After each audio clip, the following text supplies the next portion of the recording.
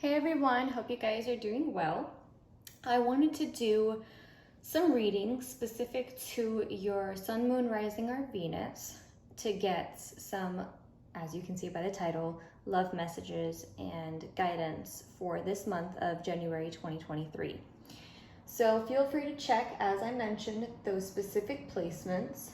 And if you have stelliums or are drawn towards another one, then check that one as well. Take the messages as they resonate. Don't force them to fit. You will know if the message is for you or not.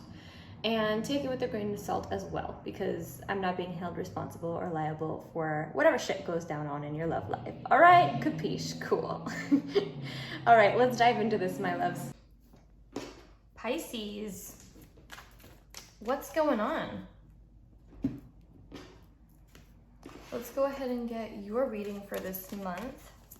Last but not least. Oh, Jesus. A bunch of stuff is happening according to my neighbors. All right.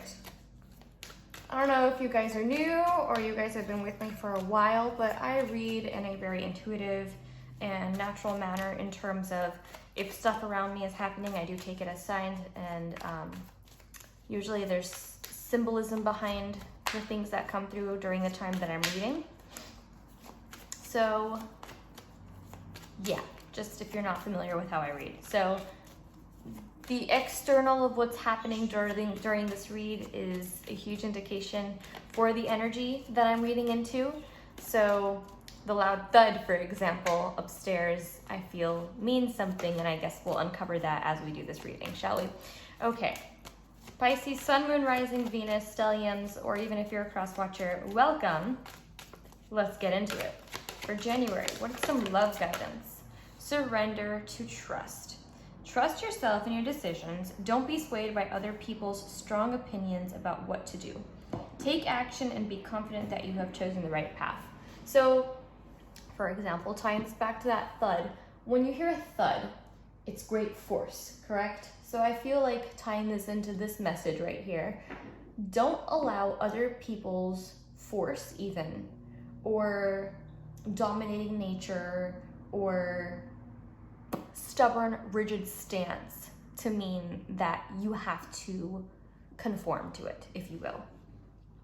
Allow yourself to strengthen the trust that you have with your heart and yourself and your higher power, especially when it comes to how this relates back to your love life. Don't let the other person's opinions and inner experience and outer experience dictate what yours is.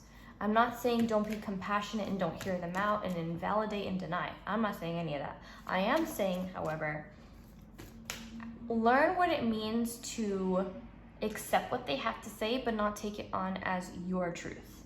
Your own truth is what you then share with them. And I think the focus needs to be on not allowing what others feel become your own. Ooh, yes, for Pisces, I like this. Okay. Energetic sovereignty is almost what it feels like. This is why it's coming out. Surrender the idea that you can fix someone. It's time for a relationship to shift. It doesn't work to try to fix someone. Each person must be accountable for his or her own healing. You're taking it on other people's feelings because you feel responsible to the point where you're trying your best to people please and to control emotions and outcomes and conversations. And my loves, you cannot do that.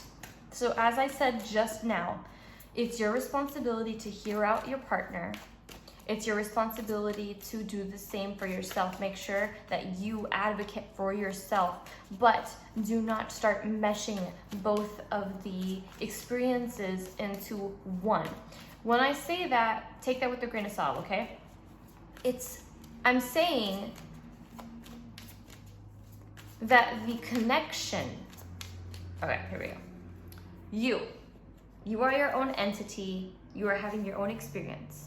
Your partner, their own entity, having their own experience.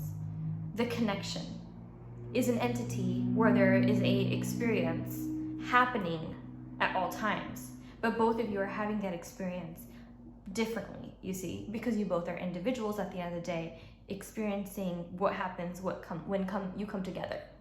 Okay. It's your responsibility to hear them out and to speak for yourself and allow the other person to do the same.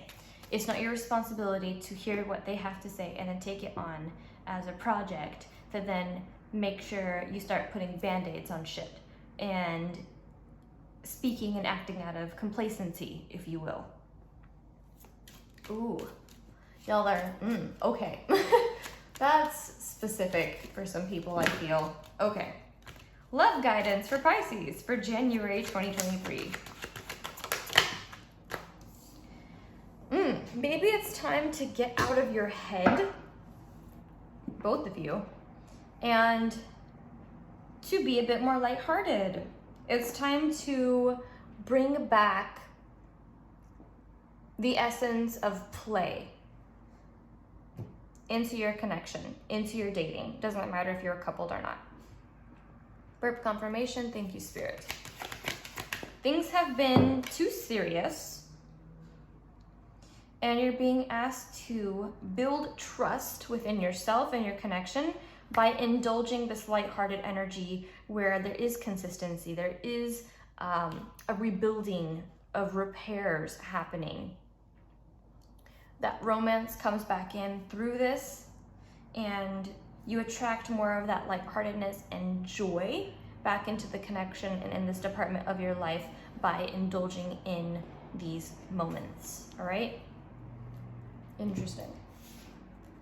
For some of you, this is bottom of the deck, we do have worth waiting for. Divine timing is at work in your love life. No, this does not mean wait up for that person in a very toxic, codependent way.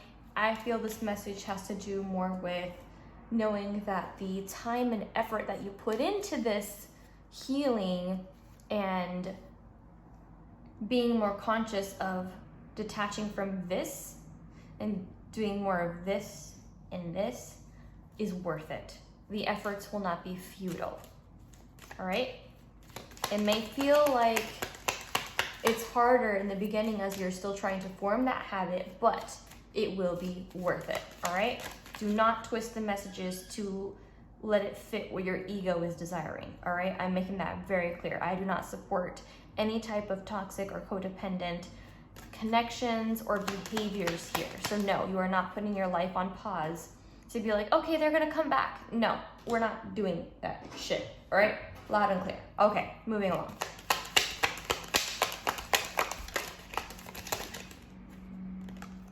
Look inside yourself. Examine what is causing you to feel this way. Interesting, because a lot of the reason why you feel responsible and this savior complex, if you will, is because there's a bunch of stuff that you are trying to avoid fixing and looking at and feeling within yourself. That is why we project it towards other people and make it a project for ourselves subconsciously. This is where you have to become, ooh, sorry, did I just, interesting. This is where you must be careful about not allowing it to become consuming. Yeah, that's the word I want to use, consuming. You have to allow yourself not to get lost in the fixing and fixating on the situation and the other person, but allow it to be signals to yourself about your own experience and your role in it. Last one, we have surrender. At times we must surrender the old before something new can enter our lives. Let go and all will work out. There's a need, let's get to the bottom of the deck. Yep, there is a need to accept the person, the situation, and yourself for exactly what you all are and what it is. For confirmation again, thank you, Spirit.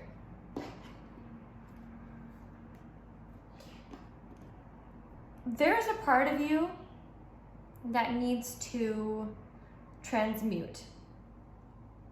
There's a part of you that believes that if you do not do something about it, nothing will be done about it. when it comes to another person or the circumstance. To which Spirit kind of laughs and says, you can only control yourself, so what are you really trying to prove to anyone anyways?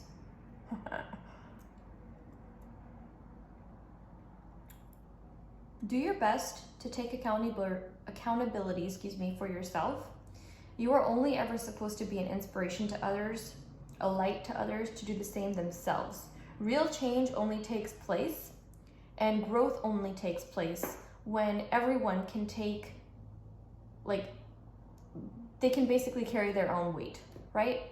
So that doesn't come from you continuously saying, hey, you need to fix this. Hey, you need to do this. It comes from, hey, this is what I'm doing to help myself with this. Do you feel like there's something that you could be doing for yourself? It's not your job to tell people about themselves. In a sense, it's your job to be the mirror, the reflection for them, a safe space for them, a safe container, especially when it comes to romantic relationships, for them to grow. No one is going to yield or listen or even hear you out or anything or be vulnerable if they feel it's not a safe space for them and they're just constantly being judged and told what to do. Keep that in mind moving forward into the rest of this month, all right? All right. Let me know how these messages resonate with you and what your Pisces placement is, Sun, Moon, Rising, Venus, Stellium, or if you're a cross watcher and it's actually your person's placement, and how these messages resonate.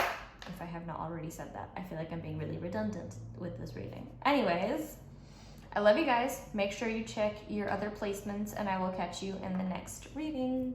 Bye.